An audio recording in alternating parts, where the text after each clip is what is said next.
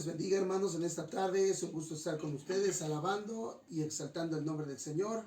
Vamos a cantar esta alabanza que dice en la casa de Dios. Amén.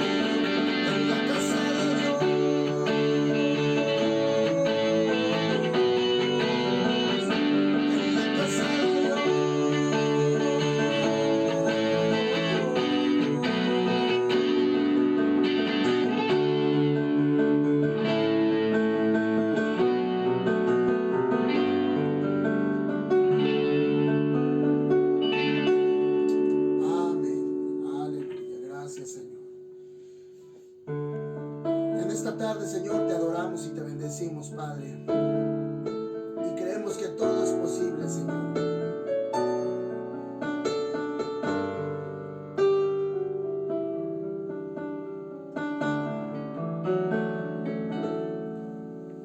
Todo es posible si puedes creer.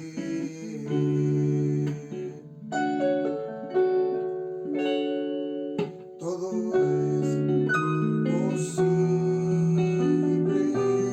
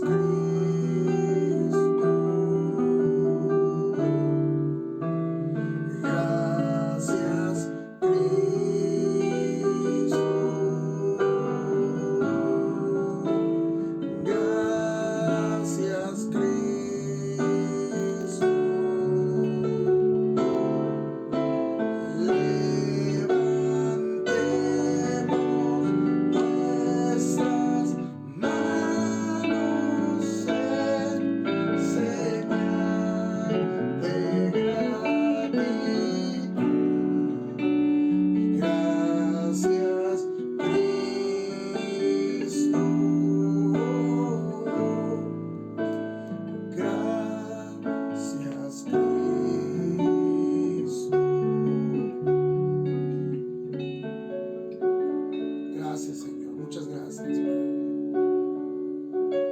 Amén. Muchas gracias, Dios. Que el Señor les bendiga, queridos hermanos. Me da mucha felicidad el poder estar en este tiempo, el poder disponer nuestro corazón para esta enseñanza. Sabemos que estamos pasando quizás en algunos momentos tristes. Algunos líderes de nuestra iglesia pues han partido con el Señor, pero también podemos sentirnos gozosos porque ellos pues ya han vencido, ellos han encontrado esa plenitud con el Señor. Vamos a tomar este tiempo para la predicación. El día de hoy el tema del que les quiero hablar se llama buscad la plenitud en Cristo. Buscad la plenitud en Cristo. Muy bien. Este es el título que he puesto a esta lección, y quisiera por favor que me acompañaran por favor a la epístola de los Colosenses, la carta a los Colosenses, por favor, en el capítulo 2, en el capítulo 3, versículos del 1 al 4. Colosenses capítulo 3, versículos del 1 al 4. Amén. La palabra del Señor dice así: si pues habéis resucitado con Cristo, buscad las cosas de arriba, donde está Cristo sentado a la diestra de Dios. Poned la mira en las cosas de arriba, no en las de la tierra, porque habéis muerto y vuestra vida está escondida con Cristo en Dios. Cuando Cristo, vuestra vida, se manifieste, entonces vosotros también seréis manifestados con Él en gloria. Vamos a poner este tiempo en las manos del Señor. Padre Santo, queremos darte gracias por esta bendición que nos permites de estar delante de tu presencia. Queremos pedirte, Padre Santo, que tú nos alimentes de tu santa palabra, mi Rey. Queremos pedirte que tú hables a nuestras vidas, que por favor estas palabras sean, mi Señor, lo que tú deseas que tu pueblo escuche. Que seas tú, mi Rey hermoso, quien hable y que nos permita hacer uso de esta enseñanza, Padre. Tu palabra es viva y es eficaz y nos sirve para todo tiempo, mi Señor. Gracias por esta oportunidad. En tus manos poderosas nos ponemos. Gracias, bendito Señor. A ti sea la gloria y la honra, en el nombre de Cristo Jesús. Amén y amén. Muy bien, queridos hermanos.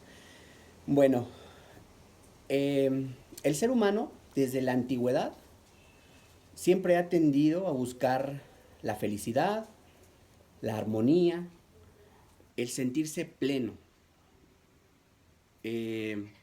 entendiendo como pleno, como un adjetivo que se refiere a estar lleno, a estar completo, a tener perfección, repleto, rebosante. Eso es lo que siempre el hombre desde la antigüedad ha buscado, ¿no? Como el cómo estar completo. A veces el hombre ha buscado en diferentes situaciones, en lugares, en formas, donde él pueda sentirse mejor o de la mejor manera. Y intenta de todas las maneras posibles a lo mejor encontrar la forma de vivir, de vestir, de comer, de pensar, de seguir algunas reglas, de tener a lo mejor esas riquezas, esas riquezas materiales, la sabiduría. En todo estos medios el hombre busca el poderse sentir lleno, el poderse sentir pleno. Estas conductas, pues como les decía, han estado presentes durante todo el tiempo en el que el hombre ha existido. Y por ejemplo, lo podemos ver desde Adán y Eva. Cuando ellos fueron tentados por la serpiente, ¿qué es lo que les ofrece? Les ofrece ser como Dios. les dice, no, no morirás. Si tú comes del fruto, serás como Dios. Y Adán y Eva, en busca a lo mejor de esa plenitud, caen en la trampa del enemigo. Y entonces, pues comenzamos a morir. Entonces, desde este momento, ya podemos ver que el hombre busca la plenitud de alguna forma. También a lo largo de los evangelios, las personas buscaban al Señor Jesús porque tenían alguna enfermedad, porque necesitaban ser liberados, perdonados, sentirse amados.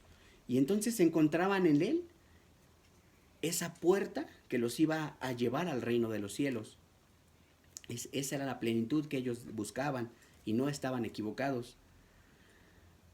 Y el Señor Jesús también nos dice en Mateo 6:33 cómo es esa plenitud. Si pudieran acompañarme al Evangelio de Mateo, es muy conocido, Mateo 6:33.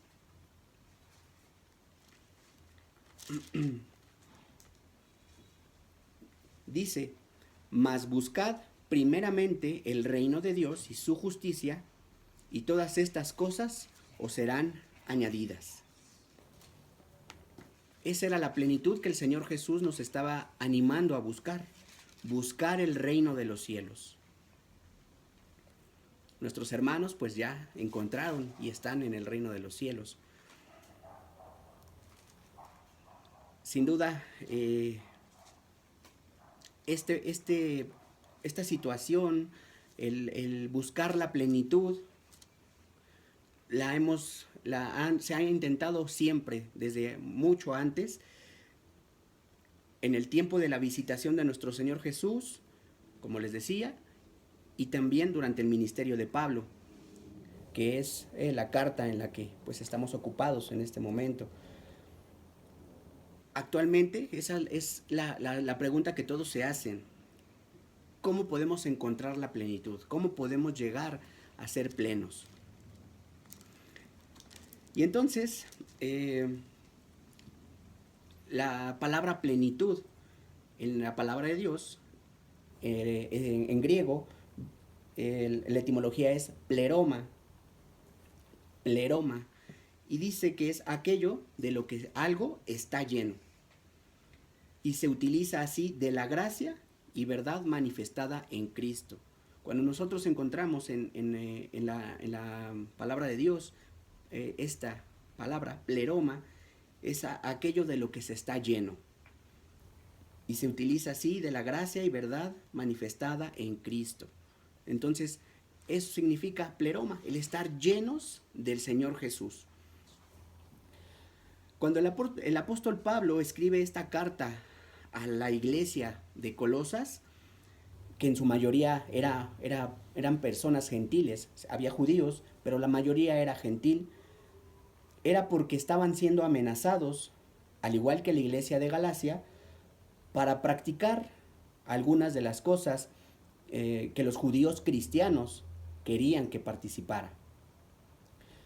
Los judíos cristianos insistían en que se tenía que hacer algunos rituales todavía para tener ese acercamiento al Señor. En este caso, querían que los cristianos siguieran practicando la circuncisión, las prohibiciones de los alimentos. Les decían que observaran el día sábado como el día de reposo y además de otras fiestas judías. Por eso el apóstol Pablo escribe esta carta, porque de esta manera él quiere derrumbar esas ideas que estos judíos cristianos querían imponerles a los gentiles. Ellos trataban de añadirle algo a la salvación completa que ya tenían cuando creyeron en el Señor Jesús. Cuando nosotros creemos en el Señor Jesús, ya tenemos una salvación completa. No necesitamos de rituales, no necesitamos de ver fechas específicas. Nosotros ya somos salvos por completo en el Señor Jesús. Esto se los escribe, por ejemplo, en Colosenses 2:10.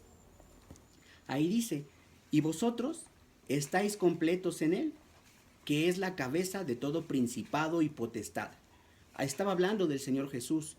En Él ya estamos completos. No necesitamos seguir una dieta, no necesitamos la circuncisión. Lo que necesitamos es aceptar al Señor Jesús como nuestro Salvador y creer en Él como el Hijo de Dios. Y en eso tendremos la salvación completa.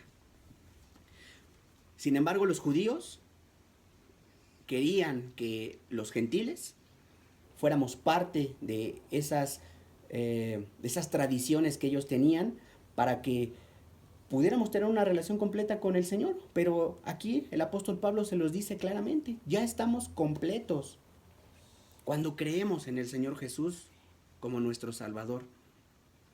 Por eso les hace esta carta y les ayuda, les anima, mejor dicho, para que ellos puedan alcanzar una madurez espiritual. Algo que tal vez no sea tan sencillo. Al principio, pues les dice que antes estaban muertos en sus pecados. Antes nosotros no conocíamos de Dios y no sabíamos a lo mejor que cometíamos pecados. No sabíamos que con nuestras actitudes, con nuestros pensamientos, éramos pecadores. Pero el apóstol Pablo, en el capítulo 3, en el versículo 1, que es donde empezamos, dice, si pues habéis resucitado con Cristo. Nosotros sabemos que cuando nosotros aceptamos al Señor Jesús, tenemos una muerte a nuestra vida anterior. Dejamos de ser esas criaturas que a lo mejor en ese momento teníamos una manera de vivir diferente. Teníamos una naturaleza pecaminosa. Y entonces el apóstol Pablo dice, si pues habéis resucitado con Cristo, o sea, si nosotros ya resucitamos con el Señor Jesús, ahora Él nos dio nueva vida. Entonces debemos olvidar nuestra vieja manera de vivir, olvidar ese pasado pecaminoso y ahora buscar las cosas de arriba, donde está Cristo sentado a la diestra de Dios. El Señor quiere que dejemos todas esas viejas costumbres, actitudes pecaminosas, y que ahora pongamos en acción sus mandamientos. Podemos ir por favor a Mateo 22, del 36 al 40.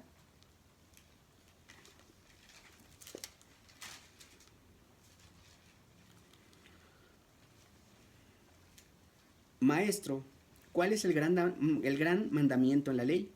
Jesús le dijo, amarás al Señor tu Dios con todo tu corazón y con toda tu alma y con toda tu mente. Este es el primero y grande mandamiento. Y el segundo es semejante. Amarás a tu prójimo como a ti mismo. De estos dos mandamientos depende toda la ley y los profetas. Entonces, ese es el principal mandamiento que el Señor nos da. Primeramente, amarás al Señor tu Dios. Y el segundo es muy parecido. Amarás a tu prójimo como a ti mismo. De esta manera podemos darnos cuenta que el Señor nos pide a través del apóstol Pablo que ahora dejemos todas esas costumbres anteriores que teníamos y ahora amemos a Dios y amemos a nuestro prójimo. Pero ¿qué significa también amar al Señor? Esto lo vamos a encontrar en San Juan, en el Evangelio de San Juan, por favor. En el capítulo 14, versículo 21. Y dice, el que tiene mis mandamientos y los guarda, ese es el que me ama. Y el que me ama será amado por mi Padre, y yo le amaré y me manifestaré a él. Y también el 23 y el 24. Dice, respondió Jesús y le dijo, el que me ama, mi palabra guardará, y mi Padre le amará, y vendremos a él y haremos morada con él. El que no me ama no guarda mis palabras, y la palabra que habéis oído no es mía, sino del Padre que me envió. Entonces aquí el Señor Jesús nos está dejando bien en claro que todos los que amamos al Señor guardamos su palabra. Eso es lo que les estaba animando el apóstol Pablo, guardar la palabra del Señor, dejar nuestra vida anterior atrás y ahora guardar los mandamientos del Señor y amar a nuestro prójimo. En el versículo 2 del capítulo 3 de Colosenses les dice ahora, poner la mirada en las cosas de arriba. Poner la mirada en las cosas de arriba. Ya no somos más de esta tierra. Cuando aceptamos a nuestro Señor Jesús, ahora tenemos una nueva ciudadanía. Ahora tenemos una nueva patria celestial. Pero el apóstol Pablo nos anima a que nos comportemos aquí en la tierra como nos comportaríamos en el cielo. Esto es muy interesante porque, pues sí, realmente si tú te pones a pensar, si no podemos comportarnos aquí en la tierra como nos vamos a comportar en el cielo, si nos cuesta trabajo amar a nuestro prójimo, el hacer cosas para ayudarles, el servicio al Señor, ¿cuánto más nos va a costar cuando estemos allá con Él? ¿Para qué queremos el estar con Él si aquí a veces nos cuesta trabajo? Entonces, el Señor Jesús quiere que nos comportemos aquí en la tierra como nos vamos a comportar en el cielo. El apóstol Pablo en el capítulo 3, de ahí de mismo de Colosenses, pero en el versículo 12, del 12 al 14, nos dice cómo debemos comportarnos. Dice, vestíos pues como escogidos de Dios, santos y amados, de entrañable misericordia, de benignidad, de humildad, de mansedumbre, de paciencia, soportándoos unos a otros y perdonándonos unos a otros. Si alguno tuviere queja contra otro, de la manera que Cristo os perdonó, así también hacedlo vosotros. Y sobre todas estas cosas, vestíos de amor, que es el vínculo perfecto. Entonces, el apóstol Pablo nos dice, vístanse ahora como escogidos de Dios, santos y amados, de entrañable misericordia, de benignidad, de humildad, de mansedumbre, de paciencia. Él nos está diciendo que debemos de tener humildad, que debemos de perdonarnos, que debemos de buscar la paz con el Señor y con nuestros hermanos y vestirnos de amor, que son el vínculo perfecto. Eso es lo que en ocasiones nos llega a costar un poquito de trabajo.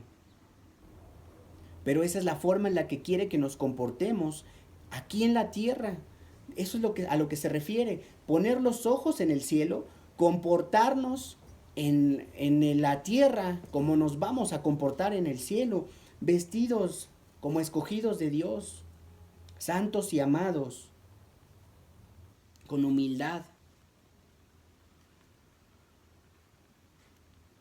El mejor testimonio que podemos dar nosotros es cómo nos tratamos entre nosotros como hermanos en Cristo.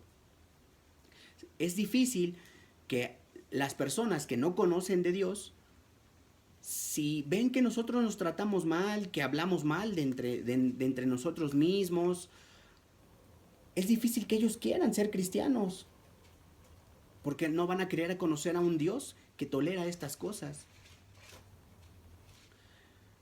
Entonces, el mejor testimonio que nosotros podemos dar como iglesia de Dios es con nuestros hermanos, es cómo nos comportamos, cómo somos con ellos, cómo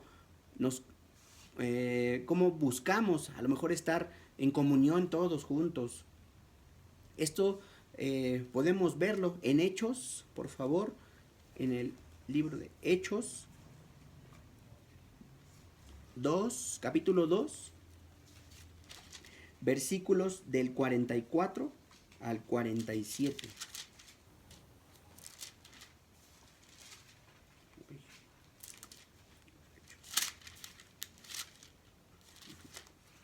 Hechos 2, del 44 al 47. Dice, todos los que habían creído estaban juntos y tenían en común todas las cosas, y vendían sus propiedades y sus bienes, y los repartían a todos según la necesidad de cada uno, y perseverando unánimes cada día en el templo, y partiendo el pan en las casas, comían juntos con alegría y sencillez de corazón, alabando a Dios y teniendo favor con todo el pueblo. Y el Señor añadía cada día a la iglesia los que habían de ser salvos. Si se dan cuenta, este es el testimonio que el Señor Jesús nos anima a tener. Él nos dice que estaban juntos, que vendían, si alguien tenía propiedades, las vendía para suplir las necesidades de otros hermanos.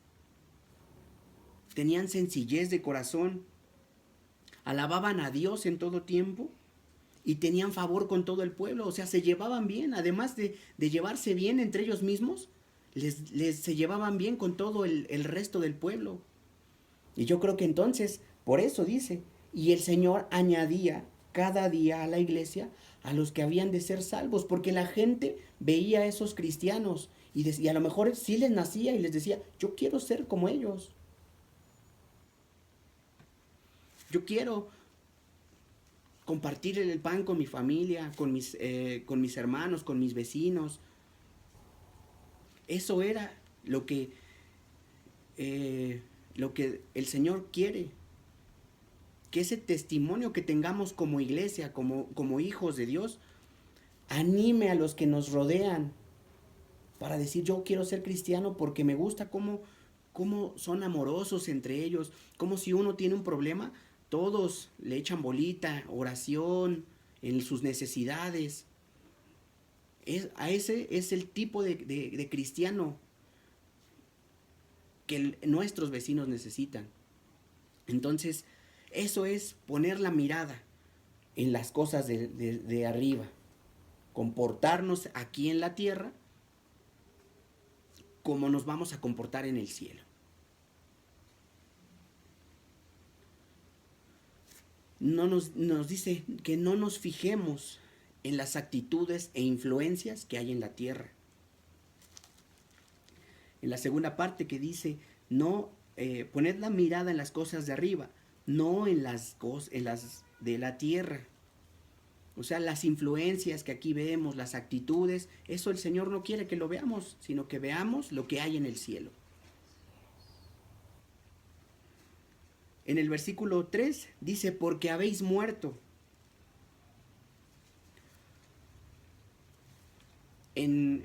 Como ya les habíamos dicho,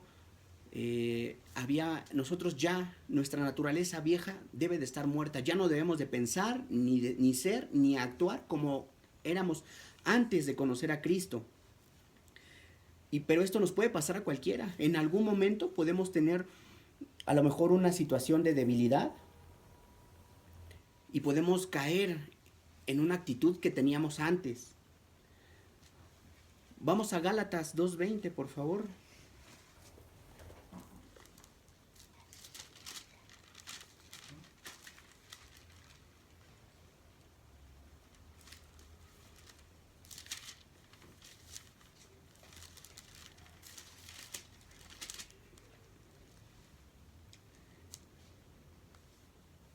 Dice, con Cristo estoy juntamente crucificado, y ya no vivo yo, mas vive Cristo en mí. Y lo que ahora vivo en la carne, lo vivo en la fe del Hijo de Dios, el cual me amó y se entregó a sí mismo por mí. El apóstol Pablo escribe esto, versículos anteriores, él le reclama a Pedro por el comportamiento que estaba teniendo en ese momento cuando fue a visitar a la iglesia de Antioquía. Él se sentaba a la mesa con los gentiles a comer cuando no estaban los judíos. Pero en cuanto los judíos empezaron a ir a esta iglesia, a este lugar, entonces Pedro se empezó a apartar de los gentiles. A lo mejor él decía, es que si los judíos me ven con los gentiles sentado a la mesa comiendo con ellos, ¿qué van a pensar de mí? Y entonces Pedro cometió ese error de pensar como antes. Entonces cuando empezaron a ir los judíos, ahora Pedro se acercaba a comer con ellos y se distanciaba de los gentiles. Los despreció y se unió a los judíos. Imagínense, Pedro, un apóstol que caminó con el Señor Jesús, se le olvidó.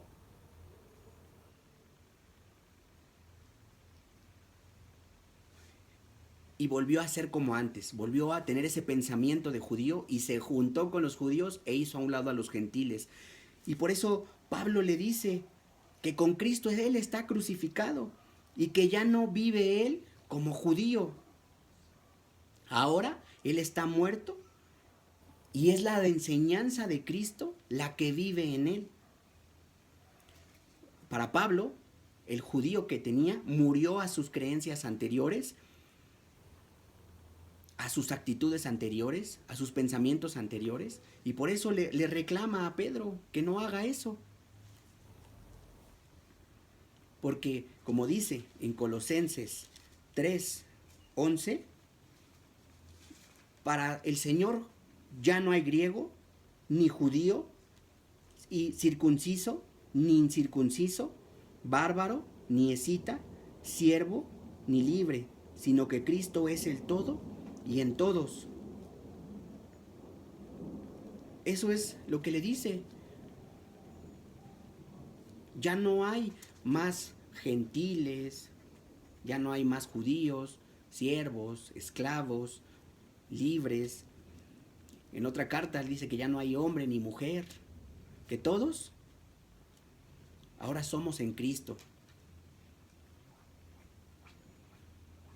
Eso es lo que le dice, ya estamos muertos a la ley.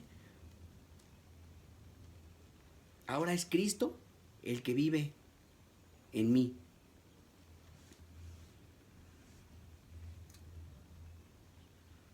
La segunda parte dice, y vuestra vida está escondida con Cristo en Dios, en Colosenses 3:3, porque habéis muerto a nuestros pensamientos, a nuestra forma de hacer antes, y ahora vuestra vida está escondida con Cristo en Dios.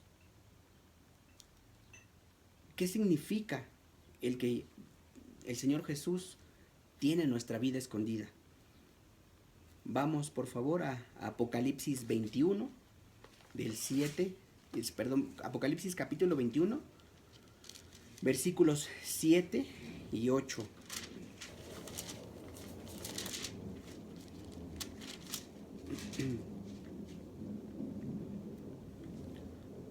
Dice, el que venciere heredará todas las cosas, y yo seré su Dios, y él será mi hijo.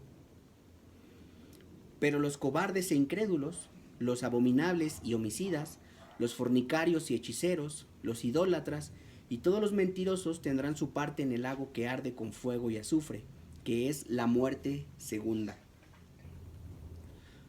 En Cristo nosotros somos más que vencedores. Cuando nosotros aceptamos a Cristo, ahora somos más que vencedores. Somos en este momento y vamos a vencer también en esos tiempos. Por eso dice que nuestra vida está guardada en Cristo, con Cristo en Dios. Y ahora somos herederos de todas esas cosas y Él es nuestro Dios y nosotros somos sus hijos. Por eso Él nos cuida, Él nos abriga, Él nos cubre bajo el hueco de su manto. Nuestra vida podemos estar confiados en que somos y seremos vencedores. Vamos por favor ahora a Apocalipsis 2, del 8 al 11.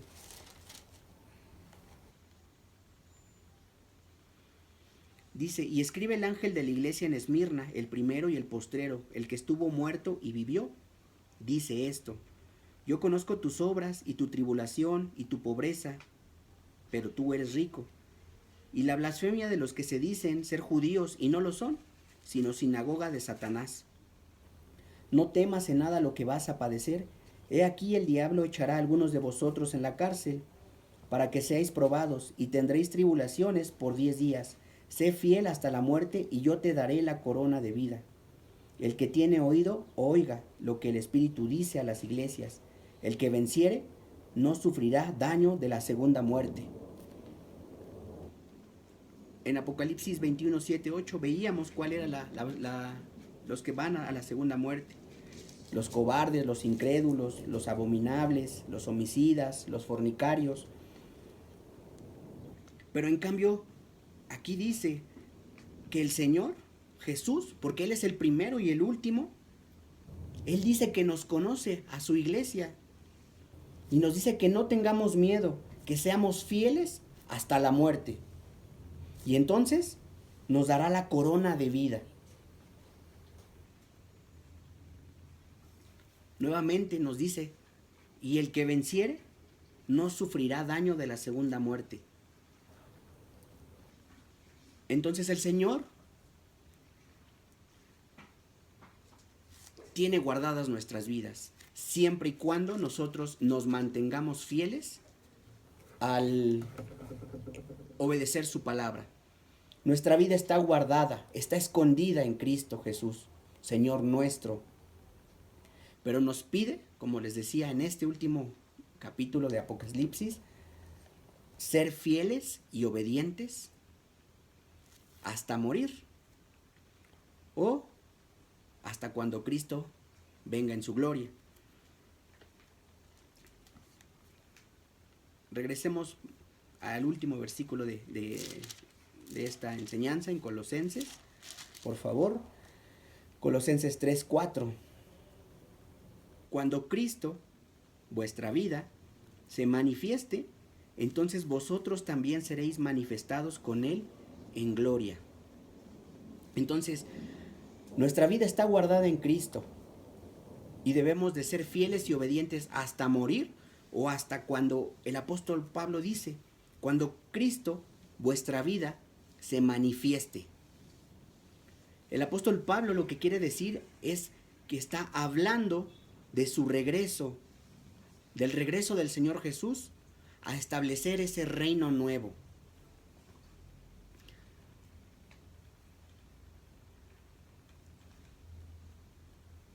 A eso se refiere en este versículo de Colosenses, cuando Cristo vuestra vida se manifieste, entonces vosotros también seréis manifestados con Él en gloria. Cuando el Señor Jesús regrese, vamos a ser manifestados junto con Él en gloria. Y esto lo podemos ver nuevamente en Apocalipsis 21, del 1 al 4.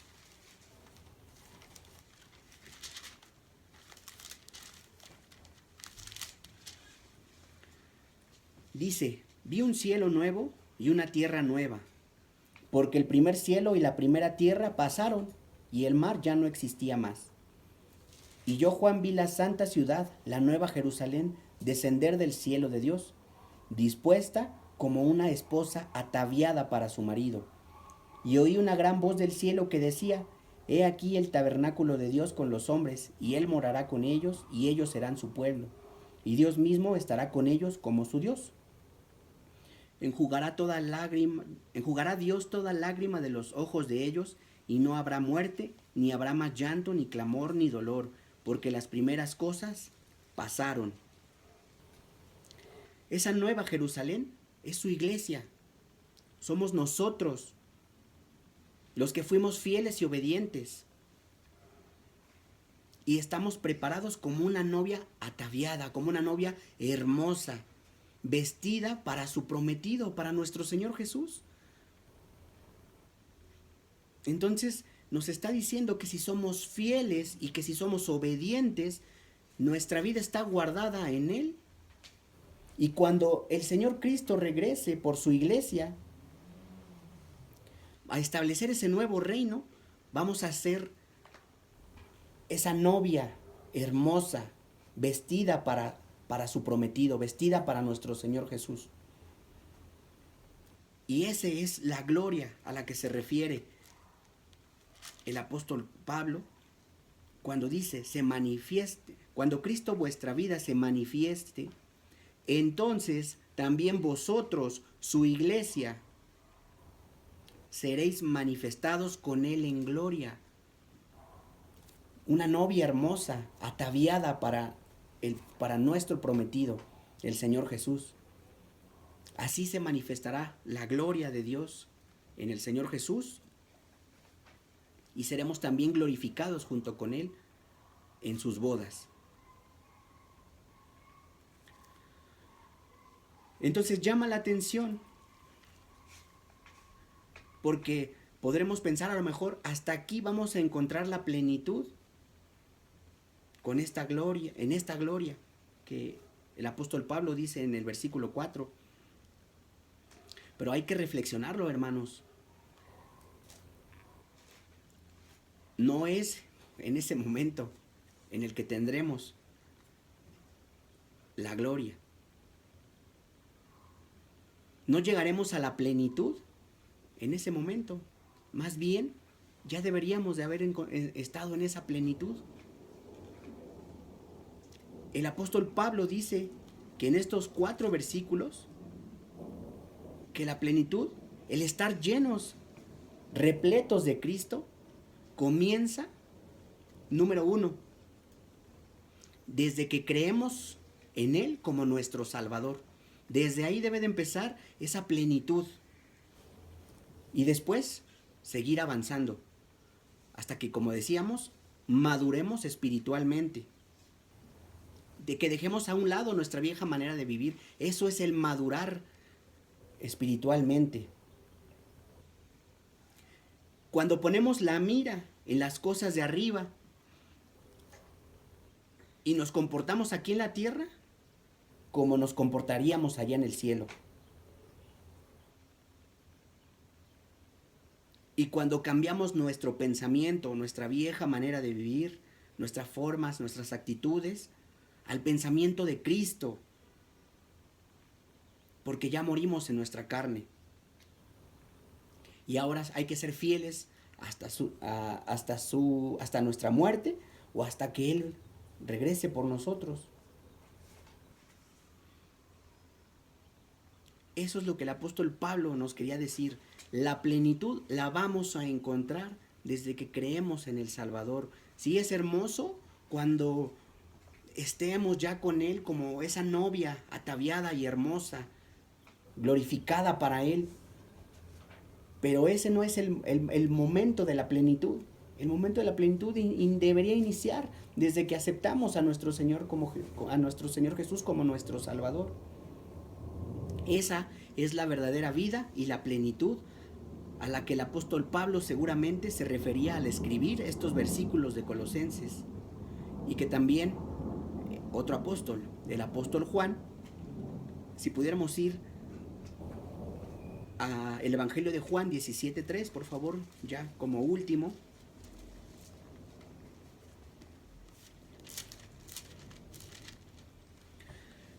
El apóstol Juan le escribe la oración que el Señor Jesús hace antes de ser arrestado. Capítulo 17 del Evangelio de Juan, versículo 3, y dice, y esta es la vida eterna, que te conozcan a ti, el único Dios verdadero, y a Jesucristo, a quien has enviado. No pensaban muy diferente el apóstol Juan y el apóstol Pablo. Y esta es la vida eterna, que te conozcan a ti, el único Dios verdadero, y a Jesucristo, a quien has enviado. Esa es la plenitud, conocer al Señor, a nuestro Dios, al Padre y al Hijo, Jesucristo, a quien Él envió, y por supuesto al Espíritu Santo, que ahora nos redarguye, que ahora nos lleva a Jesucristo y que nos hace recordar lo que Él ha puesto en su palabra. Por lo tanto, hermanos, no dejemos de buscar al Señor en oración y en su palabra para que podamos tener esa plenitud en Cristo que el apóstol Pablo le decía a la iglesia de Colosas y que también Juan escribe en este capítulo 17:3. Pidámosle al Señor que nos ayude a encontrar esa plenitud en Él, si aún creemos no tenerla, que nos permita el crecer espiritualmente. Maravilloso Señor, queremos darte gracias por tu enseñanza. Queremos pedirte, Padre Santo, que nos ayudes. Sabemos que en ocasiones somos imperfectos, cometemos errores. A veces no podemos llegar por eso a esa plenitud, mi Señor. Ayúdanos para que quitemos ese viejo ser de nosotros. Que ya no seamos más, que no nos dejemos guiar por las influencias del mundo. Que ya no pensemos como la gente del mundo piensa, sino que nos vistamos con ese amor, con esa humildad, con esa paz con todos. Que seamos serviciales los unos con los otros. Amado Señor, necesitamos de ti para que podamos llegar a ese momento. Te damos gracias por la bendición, por tu palabra. Gracias porque nos ayudas a corregirnos. Queremos encontrar esa plenitud en Cristo, como el apóstol Pablo nos lo pone en este momento, como se los puso a la iglesia de Colosas, mi Señor. Ayúdanos para que podamos vestirnos de ese nuevo hombre, de esa nueva criatura, del pensamiento de nuestro Señor Jesucristo y ser amorosos con nuestros hermanos, el servir, el glorificarte, el alabarte. Te lo pedimos, mi Señor maravilloso. Gracias por esta bendición. Gracias por tu ayuda. Gracias porque nos corriges y ayúdanos, Padre Santo. Perdónanos si te hemos fallado, porque no somos perfectos. Necesitamos de ti para que nos ayudes a seguir cambiando y a seguir poniendo nuestra mente en lo que nuestro Señor Jesús quiere para nosotros. Te doy la gloria y te doy la honra, porque solo tú eres bueno, mi Señor. Muchas gracias, Padre Santo. En el nombre de Cristo Jesús. Amén y amén. Que el Señor les bendiga, queridos hermanos. Espero que esta enseñanza nos ayude y nos permita el ser mejores cada día y el acercarnos a esa plenitud en Cristo. Que el Señor les bendiga. Amén.